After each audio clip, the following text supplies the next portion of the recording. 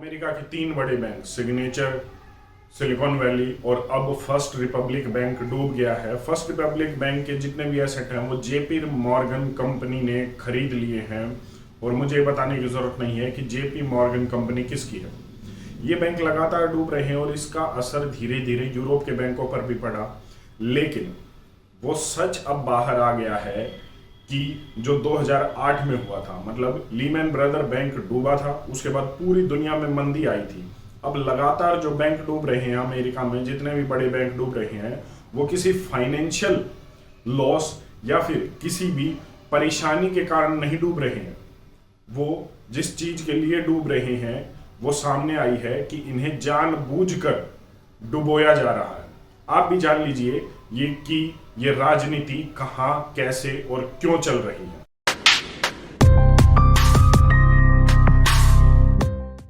साल 2023 का बजट जो भारत का था वो लगभग 45 लाख करोड़ रुपए का था, जिसमें भारत सरकार ने, हमारी फाइनेंस मिनिस्टर ने संसद में खड़े होकर जब बजट पेश किया तो ये कहा कि हमारी जो आमदनी है वो लगभग 31 लाख करोड़ रुपए है, जो टैक्स से या किसी भी सोर्स ऑफ इनकम से आती है। इसके बाद जिसे किसी भी मीडिया चैनल ने, न्यूज चैनल ने कवर नहीं किया बजट के इस पार्ट को, वो ये था कि फाइनेंस मिनिस्टर ने ये कहा कि इस फाइनेंशियल ईयर में हम 15 लाख करोड़ रुपए का कर्ज लेंगे। 31 लाख करोड़ रुपए और 15 लाख करोड़ रुपए लगभग 45 लाख करोड़ रुपए हैं। ये हमें इस साल देश को चलाने के लिए चाहिए। अगर ऐसा नहीं हुआ, मान लीजिए 31 लाख करोड़ रुपए हम नहीं जुटा पाए जो हमारी आमदनी होनी है, या फिर 15 लाख करोड़ का हमें बजट नहीं मिला, तो हमारे लिए देश चलाना मुश्किल होगा। यह सीधे तौर पर फाइनेंस मिनिस्टर ने कहा था बजट सेशन में खड़े होकर। अब ठीक इसी तरीके से किसी भी देश का बजट निकलता है। प्यू रिसर्च सेंटर की एक रिपोर्ट ये कहती है कि भारत पर 147 लाख करोड़ रुपए का बजट है, मतलब हर भारतीय पर 1 लाख से ज्यादा का कर्ज है। वहीं अगर आप अमेरिका की स्थिति देखें तो अमेरिका पर हर व्यक्ति पर 17 लाख रुपए का जो है कर्ज है। भारत पर उसकी जीडीपी का 57% कर्ज है और अमेरिका पर उसकी जीडीपी का 121% कर्ज है, मतलब उसकी जीडीपी से ज्यादा उस पर कर्ज है। अब समस्या क्या हो रही है, वहां पर बाइडेन की सरकार है और अगले साल अमेरिका में इलेक्शन है। अब अगले साल इलेक्शन है तो हम ये कह सकते हैं कि ये जो बजट है वो बाइडेन सरकार का आखिरी बजट है इलेक्शन से पहले।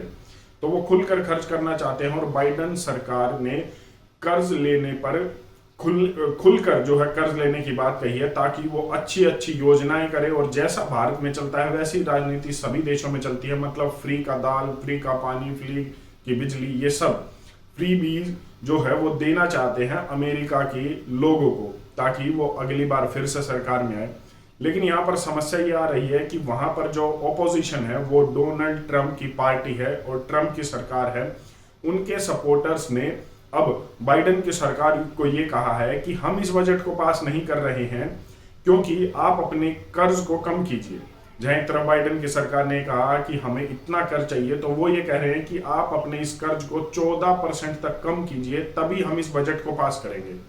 और जब तक बजट पास नहीं होगा तब तक सरकार देश को चलाएगी कैसे। अब यही समस्या आ रही है बाइडेन की सरकार पर। और वहां की फाइनेंस मिनिस्टर जो है, वहां पर फाइनेंस मिनिस्टर को ट्रेजरी चीफ कहा जाता है, वो ये पूरी दुनिया में कह रहे हैं कि अमेरिका 1 जून को डिफॉल्ट कर जाएगा, कंगाल हो जाएगा अगर ये बजट पास नहीं हुआ। ये एक साइकोलॉजिकल गेम है जो बाइडेन की सरकार खेल रही है अमेरिका और दुनिया पर। अमेरिका के लोग इससे नाराज होंगे। वो खुलकर मंच पर ये कह रही हैं कि अगर 1 जून तक बजट पास नहीं हुआ तो हम लोग जो नौकरी कर रहे हैं, जो अमेरिका के लोग अमेरिका में नौकरी कर रहे हैं, हम उनकी सैलरी भी नहीं दे पाएंगे, हम अपने डिफेंस के लिए जो खर्चे हैं वो नहीं कर पाएंगे। तो इससे क्या होगा, इससे एक साइकोलॉजिकल प्रेशर पड़ेगा ट्रंप की सरकार पर और ये पड़ेगा अमेरिका के लोगों से ही। इसके साथ साथ अगर अमेरिका डूबा तो ये दुनिया के देशों पर एक प्रेशर होगा और वहां भी मंदी आएगी, वो और देश भी डूबने की कगार पर होंगे। जैसे अमेरिका के बैंक डूबे तो उसके बाद यूरोप में बैंकों का डूबना शुरू हुआ और भारत पर भी इसका असर हुआ। ठीक उसी तरीके से अगर अमेरिका ये कहता है हमारे पास सिर्फ इतना ही पैसा है कि हम 1 महीना ही अपने देश को चला सकते हैं, तो इसका असर यकीनन दूसरे देशों पर भी होगा। तो दूसरे देशों की सरकार से भी अब ट्रंप की पार्टी पर एक प्रेशर पड़ रहा है कि वो इस बजट को पास होने दे, लेकिन वो अड़े हुए हैं कि आपने खुलकर पैसा खर्च किया है और बेफालतू का पैसा खर्च किया है, आप इस कर्जे को कम कीजिए क्योंकि ये इतना कर्जा है कि हम आगे देश को नहीं चला पाएंगे, इस कर्जे को नहीं चुका पाएंगे। अब इसका असर क्या हुआ है, आप सोचिए। ये सब राजनीति के तहत हो रहा है। जो बाइडेन की ट्रेजरी चीफ, अमेरिका की फाइनेंस मिनिस्टर कह रही है ताकि ट्रंप के सपोर्टर्स पर, ट्रंप की पार्टी पर प्रेशर पड़े और वो इस बजट को रिलीज होने दे। लेकिन इसका एक उल्टा असर ये हुआ जो हम पिछले 2-3 महीने से देख रहे हैं।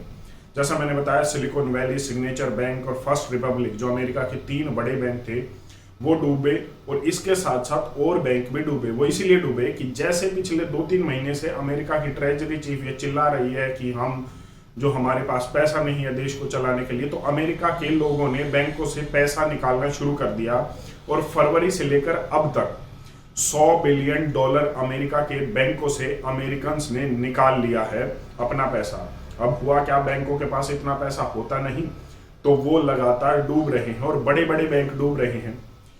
इसका मतलब ये हुआ कि बैंकों में कोई फाइनेंशियल दिक्कत नहीं है, कोई ऐसी दिक्कत नहीं है कि जिसकी वजह से वहां पर कर्जा ज्यादा हो गया हो या लोगों से जो है लोन ज्यादा ले लिया हो या बैंकों ने किसी को लोन दे दिया हो वो वापस ना आया हो, जो समस्या भारत में है। ऐसा कुछ नहीं है अमेरिका में।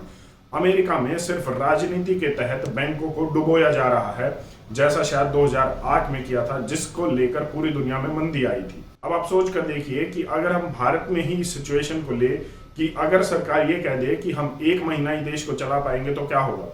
हम सभी बैंकों की तरफ भागेंगे और अपना पैसा निकालेंगे ताकि जो हमारी मुश्किलें आएंगी, जो उस समय मुश्किलें आएंगी, हम उसको कॉप अप कर सके, उस समय अपने हाथ में पैसा, अपनी जेब में पैसा बचा सके, ताकि हमारी जो जरूरतें का सामान है उस समय हम वो पूरा कर सके अपने और अपने परिवार के लिए।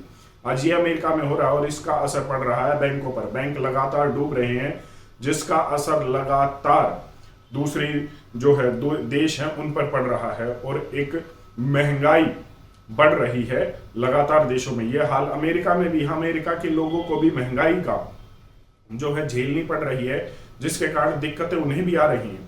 लेकिन ये सब हो रहा है राजनीति के तहत। मान लीजिए गांव में 50 लोग हैं, 50 के 50 लोगों पर कर्जा है, तो ये कर्जा दिया किसने है? बैंकों से आप कर्जा लेते हैं तो बैंक ने आपको दिया है, लेकिन बैंक भी कर्जे में है, भारत सरकार भी कर्जे में है, अमेरिका की सरकार जो है कर्जे में है, तो ये पैसा दिया किसने है? कभी सोच कर देखिए कि ये पैसा आया कहां से है कि जब सभी कर्जे में है। क्या ऐसा तो नहीं कि ये कर्जा सिर्फ दिखाने के लिए है? क्या ऐसा तो नहीं कि जैसे अब अमेरिका के बैंक डूब रहे हैं, ठीक उसी तरीके से ये अमेरिका के बैंकों के डूबने का दिखावा जो किया जा रहा है सिर्फ राजनीति के तहत, कहीं ऐसा तो नहीं है? अब आप कहेंगे इस सबसे हमारा क्या लेना देना है?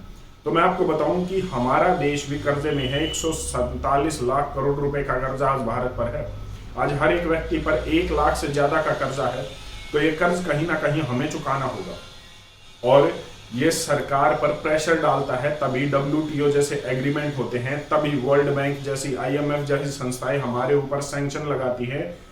ऐसे नहीं तो घुमा कर वो सैंक्शन लगाती है। अमेरिका जैसी सरकारें हमारे ऊपर प्रेशर बनाती है और ये हमारी सरकारों को देखना चाहिए, उन्हें कम से कम कर्ज लेना चाहिए।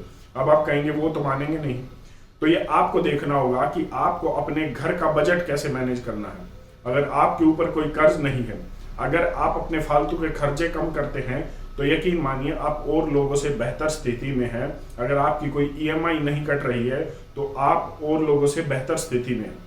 हाँ, इतना जरूर है कि आपको वो डायरेक्ट और इनडायरेक्ट टैक्स जरूर देना पड़ेगा, जिससे भारत सरकार कर्जा उतारेगी, लेकिन फिर भी आप उनके प्रेशर में नहीं होंगे जो और लोग हैं, जैसे कि लोन की स्थिति में या फिर जैसे भारत सरकार लोन की स्थिति में है।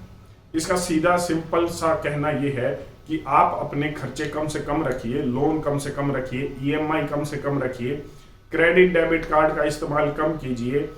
कहने का मतलब है कि जितनी चादर है उतने ही पैर पसारिए, वरना भारत का भी हाल वही होना है जो आज अमेरिका का हाल है, क्योंकि कर्जा हमारा भी 57% तक है अपनी GDP का, और ये कब 60, 65, 70 पहुंच जाएगा, जैसे कि अमेरिका का 121% है, हमें पता भी नहीं चलेगा।